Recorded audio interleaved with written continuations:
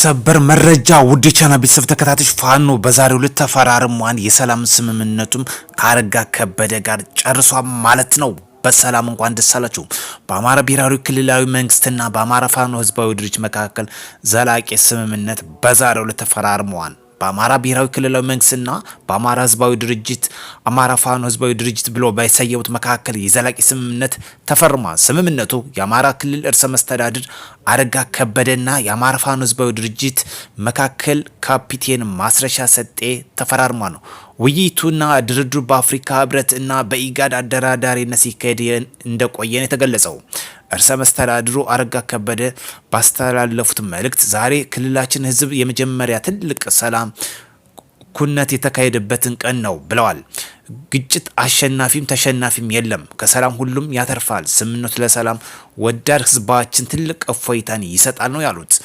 የህዝብና የመንግስት ጥሪ ተቀብለው ዘላቂ ሰላም ለማስፈን ለመጡ ወንድሞቻችን እንደ መንግስት አድናቆትና ክብር አለኝ ብለዋል። የአማራ ህዝባዊ ድርጅት በመወከል ስምምነቱን የተፈራረሙት ካፒቴን ማስረሻ ሰጤና በበኩላቸው ማንኛውም ግጭት በመጨረሻ የሚፈታው በውይይትና በድርድር ነው ብለዋል። ችግሮችና የሀሳብ ልዩነት በንግግር መፍታት ፖለቲካዊና ሽንፈት ሳይሆን ጥበብና ብልጠት መሆኑን ገልጸው ችግሮች ለመፍታት ለኢትዮጵያ ታሪካዊ ጠላቶች ጋር ማበር ተገቢ አለመሆኑን አስገንዝበዋል። የአፍሪካ ህብረት ኮሚሽን ምክትል ሊቀመንበር አምባሳደር ሰልማን ማሊካ አዳዲድ በበኩላቸው ስምምነቱ የሀገሪቱ ቀጣይ ወደ መዳረሻ የሚያበቃና ብለዋል። ውድ ቻና ቤተሰብ ተከታታዮች ዛሬ ከተመለከትናቸው ዋነኛ የአማራ ፋኖ ህዝባዊ ድርጅት የሚመራው እና በሀገራችን የሚገኝ የአማራ ክልል ርዕሰ መስተዳድር አረጋ ከበደ በተገኙበት ትልቁ የተባለው ፊርማ አስቀምጧን እንኳን ደስ አለን፣ እንኳን ደስ አላችሁ። ሰላም ለሀገራችን ያድርግ፣ ጽንፍና ጽንፈኝነት ይውደም። ማስረሻ ካፒቴን ማስረሻ ሰጤ እጁን ከሰጠ በኋላ ያስቀምጣቸው 10 ነጥቦች ይወጣሉ ተብሎ የተገለጹ አሉ። እነሱ ጉዳዮች ደግሞ አስደምጣቸዋለሁ።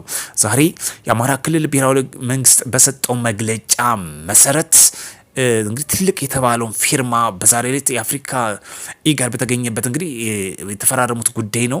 እጅግ ደስ የሚል ጉዳይ ነው። እንዲሁም ደግሞ ይህን ተከትለው በርካታ ታጣቂዎች እንደሚገቡ ተስፋ ይደረጋል። ሰሞኑን ለተከታታይ እንግዲህ በርካታ የጎንደር ታጣቂዎች እየገቡ እንደነበር ዘግበናል። አሁን ደግሞ ካፒቴን ማስረሻ ሰጤ ወደ ሰላም ከመጣ በኋላ በርካቶች እየገቡ ይገኛሉ። በዛሬው ዕለት ደግሞ ህዳር 25 2018 ዓ.ም ትልቅ የተባለውን የሰላም ስምምነት ከክልሉ ፕሬዚዳንት ካረጋ ከበደ ጋር ፊርማቸውን አስቀምጧል ማለት ነው። እጅግ ደስ የሚልና የሚያኮራ ጉዳይ ነው። እንደ ህወሓት አሻፋይ በማልጫቃ ለጫካ ከመቦረቅና የክልሉ ኢኮኖሚ ከማውደም ወደ ሰላም መጦ ልማትን ማፋጠን ራያችንም ሊሆን ይገባን። ካፒቴን ማስረሻ ሰጤ በሀገር ውስጥ ህጋዊ መንገድ የማይከተል ጦረኛ ስብስብ ከማንኛውም ውጭ ጦር ቡድን በላይ የሀገር ጠላት ነው ሲልም ተናግረው የኢትዮጵያ ደህንነት በህጋዊና ተጠያቂ የመንግስት ኃይሎች ብቻ ይጠበቃል። ከመንግስት ውጭ የሚሰሩ የጦር ቡድኖች የህገወጥና እና ሀገር የማፍረስ ትዕዛዝን ከውጭ ጠላቶች በመቀበል የሚያደርጉት እንደሆነ ነው የገለጹት። ሁለተኛ ደግሞ የህዝባችን ደህንነት ቀዳሚ ነው በማለት ካፒቴን ማስረሻ የተለያዩ የጦር ቡድኖች በሀገር ደረጃ በየቦታው መኖራቸው ለዜጎች ታላቅ ፍርሃት ያመጣል። ህዝብና ጸጥታ ሰላም እንቅስቃሴ ላይ ያተኮረ ህይወት ይገባዋል። መቼና እንዴት የሚያልቅ የማይታወቅ ጦርነት ስለሆነብኝ ለሰላም ምርጫ ሰጥቼ እንደገባው ብሎ የገለጸበት ነው። ሌላኛው ክርክር በመናገር ይፈታል እንጂ በጦርነት አይደለም ሲል ያምናል።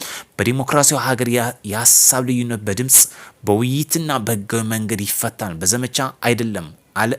አለቅን እኮ ይበቃናል። አዲስ መንገድ ለሀገራችን ብለናል። መላው አማራ ይህን መንገድ እንዲመርጥ አሳስባሉ ሲል ገልጿል። በውስጣዊ የአመራርና የክፍፍል እና የተከፋፈለ ተዋጊ ኃይል ተይዞ ብርቱ ክልላዊ ማንነታዊ ብቃት አይገባም። የተበታተነ ቡድን አማራ የአካባቢ ግጭቶችና ውስጣዊ መለያየት የአማራ ህዝብ ብርታት ገድሎታል፣ ይበቃል ሲል አስተላልፏል። የማያባራ ግጭት ሁሉንም ማህበረሰባዊ እድገቶችን ይከለክላል። በመንገዶች፣ በትምህርት ቤቶች፣ በጤና ተቋማት፣ በቢዝነስና የሚሰራ እድገት ላይ በጦርነት ዘመቻ ላይ አካባቢው በየጊዜ ይቆማል። እስከ መቼ? ስለዚህ ሰላም ቅድሚያ መስጠት ያስፈልገናል ሲል ያሳስባል። ፋኖ ያልተደራጀ የጦር ስብስብ ነው። ቋሚ ጠላቶችና የውጭ ኃይሎች መሳሪያ እየሆነ ነው። ይህም ከዚህ በኋላ አልቀበልም ሲልም በአጽንኦት ይገልጻል። ወጣች በጦርነት ህይወታቸው እየተቀጠፈ ማየት ሰለቸኝ። ስለዚህ ለሰላም ቅድሚያ መስጠቱ ተገቢ እንደሆነ በአጽንኦት አምናለሁ ሲል ገልጿል። የህዝብ ምሬትና የማንነት ጥያቄዎች ድምፅ አሁን በፋኖ ስም ከተዘረዘው ቡድን ምላሽ አያገኝም። የተቋማት ባለሙያዎች፣ የሃይማኖት መሪዎች በህዝባዊ መንገድ የህዝብን ተወካዮች ናቸው። በዘመቻ ሳይሆን በሰላማዊ ትግል አቋማቸውን መግለጽና ማሳመን የሚያቅታቸው አይደሉም። አቅማቸውን አሟጠን አልተጠቀምንባቸውም። ስለዚህ ለቅድሚያ ለሰላም እንስጥ ሲል ያሳስባል። የአማራ ጉዳይ መልካም ተግባራት እንጂ በግፍ ግድያዎች አይፈታም። ፍትህ በሰላም ይመጣን። ግፍ የትኛውንም ትክክለኛ ጉዳይ ያጨልማል ሲል ይገልጻል። ብርቱ ክትትል በብርቱ ተቆጣጣሪ ተቋማት ይገነባል። የፖሊስ የደህንነትና የአስተዳደር ተቋማት ሁሉም ጊዜ የተሻለ ሰላማዊ ስርዓት ይፈልጋሉ። ይህ ስርዓት በመገዳደል ሊፈታ የሚችል የተደራጀ ቡድን እንኳን በህልም የለም ሲል በአጽንኦት ይገልጻል። ስለዚህ ቅድሚያ ለሰላም መስጠት እንዳለብን ያሳስባል ማለት ነው።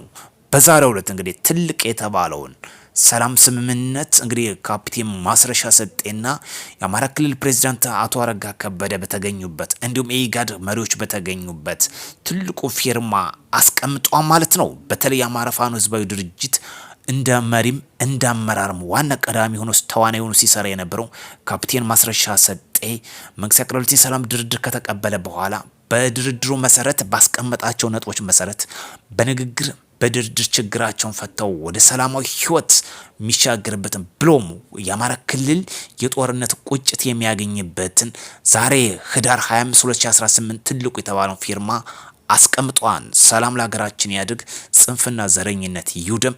ቀሪ ወንድሞችም ብትኖሩ ከዚህ ተምራችሁ ፊታችሁን ወደ ሰላም እንድታዞሩ መልእክታችን ማስተላለፍ እንፈልጋለን። መቼም የትም ቢሆን ለአማራ ክልል የሚያስፈልግ ጦርነት ሳይሆን ሰላምና ልማት ነው። ሀገራችን ብዙ የተትረፈረፉ የማዕድን ሀብቶች አሏት። ይህ እንዳንጠቀም ግን የውጭ ባዳ ተልኮ አስፈጻሚ በመሆን ለጦርነት ወጣቱን እየማገድን እያስፈላን እንገኛለን። ለዚህ ደግሞ ዛሬ የተፈራረሙት ካፒቴን ማስረሻ ሰጤ ትልቁን ሰላም የሚበጀውን መርጧን። ቀሪ ወንድሞችም ይህን መንገድና ይህን መሰል እንድትከተሉ በአጽንኦት ማሳሰብ እፈልጋለሁ።